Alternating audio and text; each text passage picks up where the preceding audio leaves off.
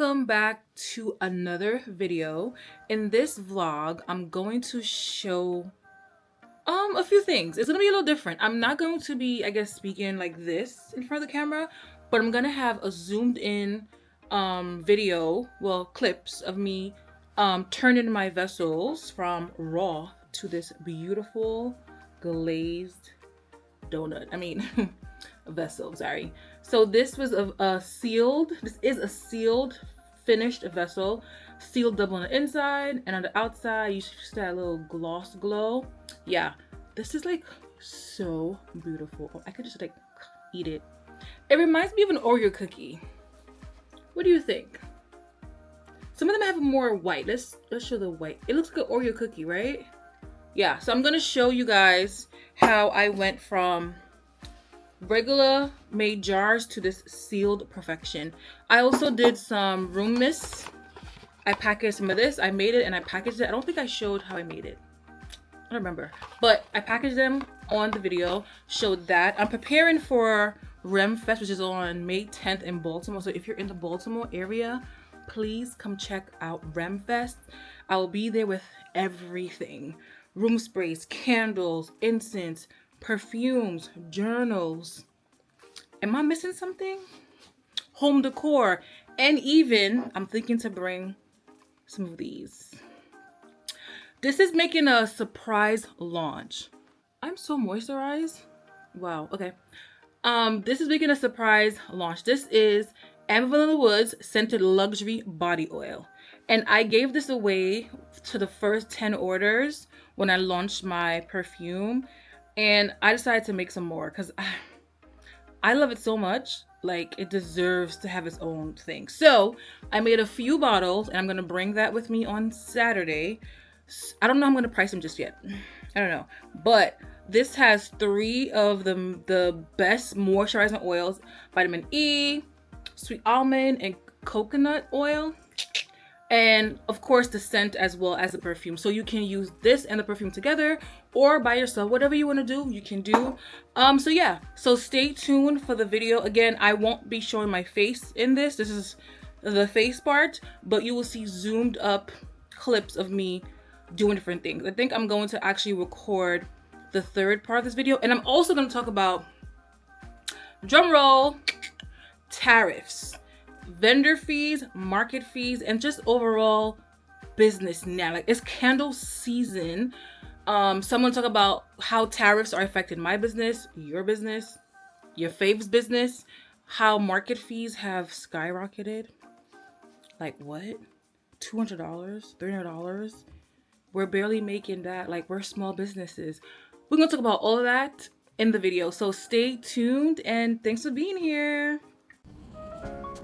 Vendor fees and market fees, the rising tide that's sinking small ships. Literally, that's what's happening. Hi guys, welcome back to another video. I am just gonna showcase some BTS of me sealing my jars. I previously sealed them on the inside, so I'm just sealing them on the outside. I do this one coat just to give a really cute, classic, glossy finish. I think I previously explained why I do this. I hate fingerprints, I hate smudges, so I do this to protect the outside of the vessels.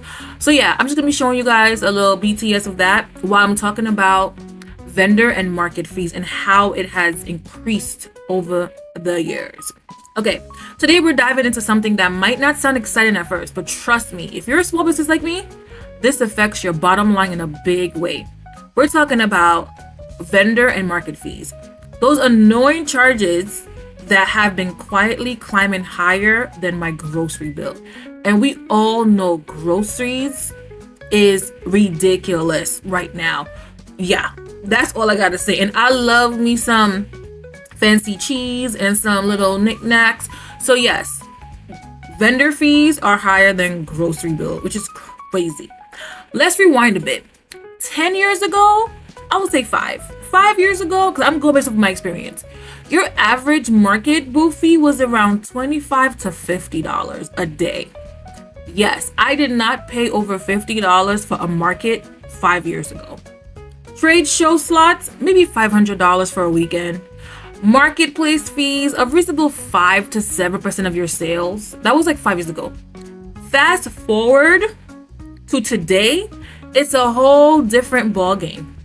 Many markets now charge $75 to $200 a day. Trade shows, take a guess. You're looking at $1,500 to $2,000 minimum. And those online market fees, they're ballooned to 15 to 30% in some cases, not counting additional promotional or visibility fees that are practically required to get noticed. Now, those fees are an extra fee you pay on top of your vendor fee to get extra notice, to be placed in like newsletters or Instagram or all that stuff. Yeah, there's all these little hidden charges. That's not inflation. That's a steep climb that outpaces regular costs, increases by 2 to 3 times. Like what? But here's the kicker. While those fees have skyrocketed, what has your average small business revenue done? For most, it's remained relatively flat, especially when accounting for increased cost of supply, shipping, and labor. And I can attest to that. The amount of, I can't even speak. The prices for oils and wax and wicks, and even down to my cement oil that I use to make my jars. It has been crazy. It has increased drastically. Picture this. A small business soap store used to spend about 10% of revenue on market fees. Today, it's closer to 25 to 30%. That's the difference between making a living and just making it by. And we're all trying to make it by. We're all trying to do something here. And here's where it gets a little problematic. These fees can create a market barrier that's increasingly impossible for new businesses to overcome. It's like being invited to a potluck, but you have to pay $50 just to walk in the door, another $30 for a plate, and then 20% of whatever food you brought gets taken by the host. Oh, and the guy who brought the store-bought cookies paid half what you did because he's been coming for years. Yeah, makes sense, right? I have personally experienced this. Like, what? It's crazy. This system naturally favors established businesses and deep pockets. The big players can, 1, absorb higher fees across higher volume, negotiate better rates based on their status, quote unquote relationships, afford premium placements that smaller vendors can't. I have personally seen this. If you are, I don't know if you guys are familiar with the Baltimore scene, but if you are, you know there's some favoritism going on, but whatever. Meanwhile, small businesses are taking out loans just to secure booth space, cutting into already thin profit margins, and passing costs to customers and losing competitive edge. It's like showing up to a basketball game where the opposing team starts with 20 points and your hoop is 2 feet higher. Not exactly fair, right? Crazy.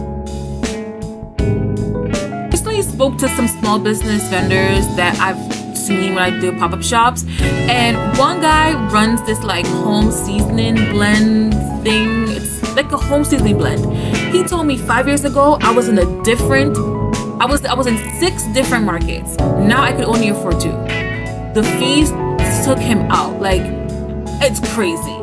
Or take, for example, Julia, handmade jewelry business. She calculated that she needs to sell $500 just to break even on her booth fee at the downtown market before she makes a single dollar of profit. Now do the math. Isn't that crazy? This isn't just numbers on a spreadsheet. It's dreams being priced out of existence. I've seen so many small businesses close their business down because they can't afford to stay in business. And it's so sad to see the people who actually are doing this as they 9 to 5, or I like to say 9 to 9, and have to cut corners just to make a sale. It's so crazy. So what's the solution? Honestly, it's a complicated topic, but I think awareness is the first step. As consumers, we can support direct sale channels that bypass these fees. I'm a consumer myself. I definitely shop small. I definitely shop large, but I definitely try my best to shop small. As a business owner, we can band together to negotiate better rates or create alternative markets. And maybe, just maybe, market operators might realize that's a healthy ecosystem with diverse vendors actually benefits everyone in the room.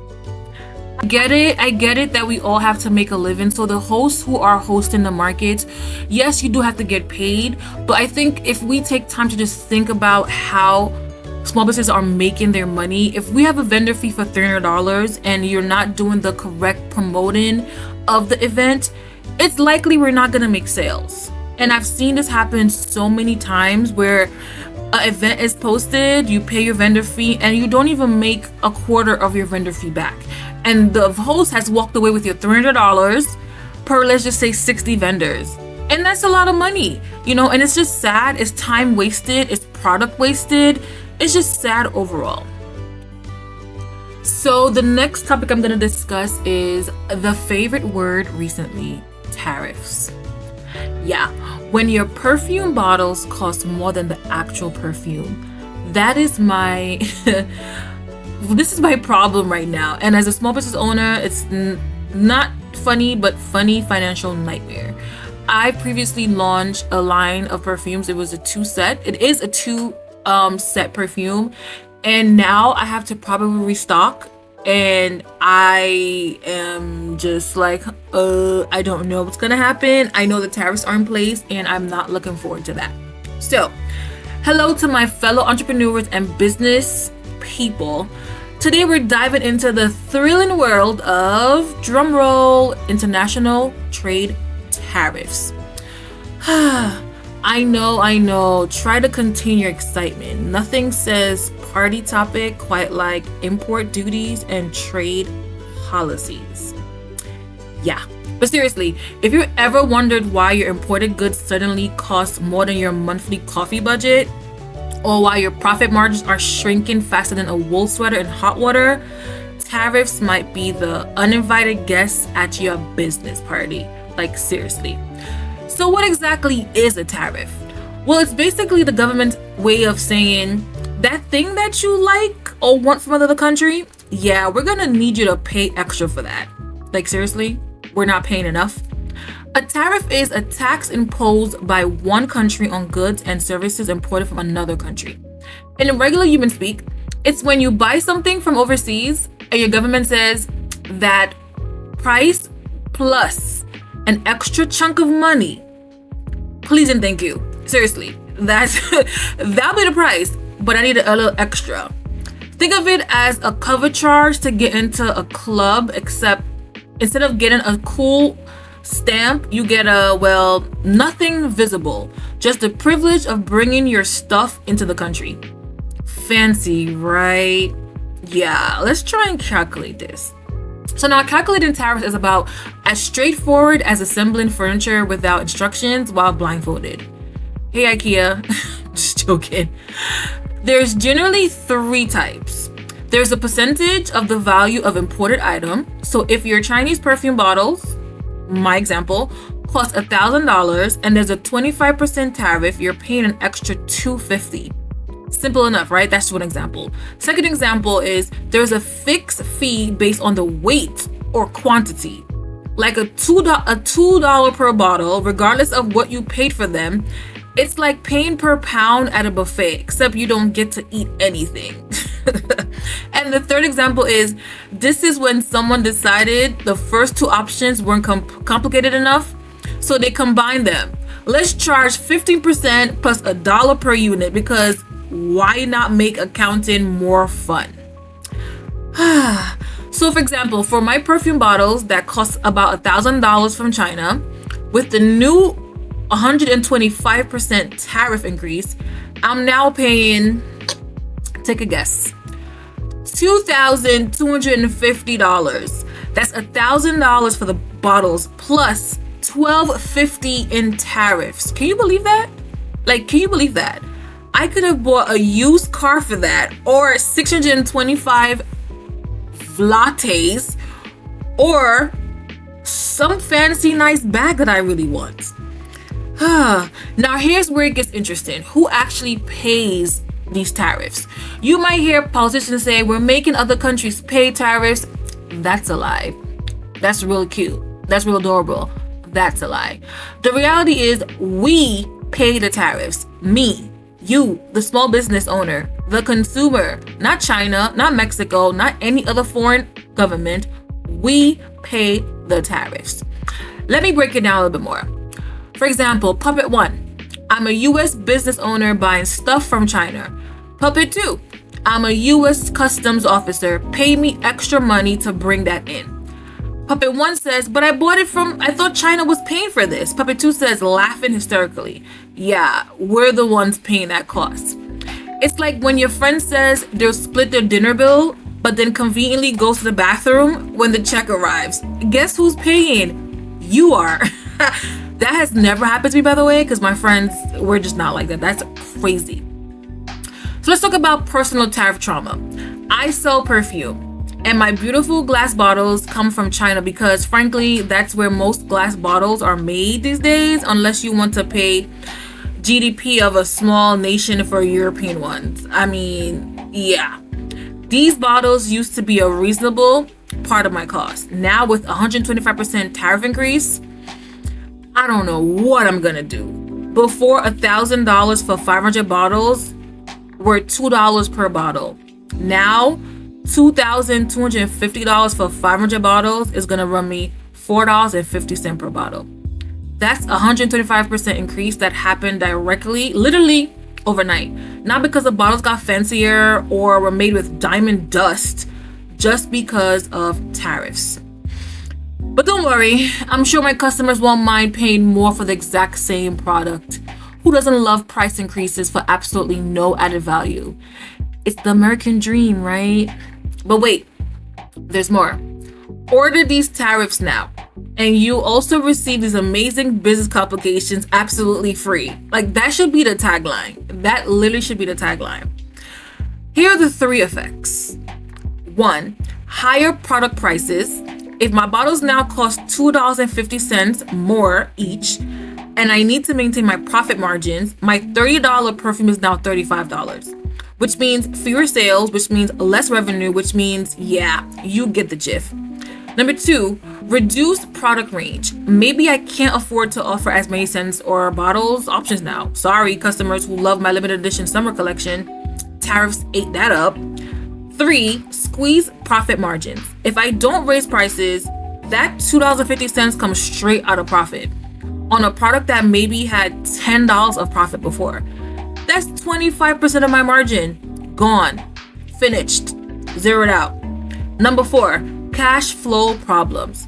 Now I need more capital up front to order the same inventory. Instead of $1,000, I need $2,250. For a small business, that's the difference between I can handle this and is ramen for dinner okay again, honey? It's like running a race where someone keeps moving the finish line further and further away while you're running and wearing flip-flops. The ones from Old Navy, the $5 ones, but $1 sometimes in the summertime. Like, what is happening in the world? Like, are we okay? Are we okay? Now, welcome back to the 3rd segment where I'm showcasing my famous room mists. Like, people love the room sprays, okay? Love, love, love. This is gonna be called room mist packaging section, or making sense of rising cost. So hey everyone, welcome to my packaging station where the magic happens, or at least where good smells get put into pretty little bottles. Today I'm letting you see behind the scenes of how I package our best sellers: Clean Sheets, Rouge 540, and Signature Scent. Now, look at this setup. If my high school chemistry teacher could see me now, she'll probably be like, girl, where are your gloves? Where are the safety practices? But I assure you, my hand is clean. I have washed it and sanitized it.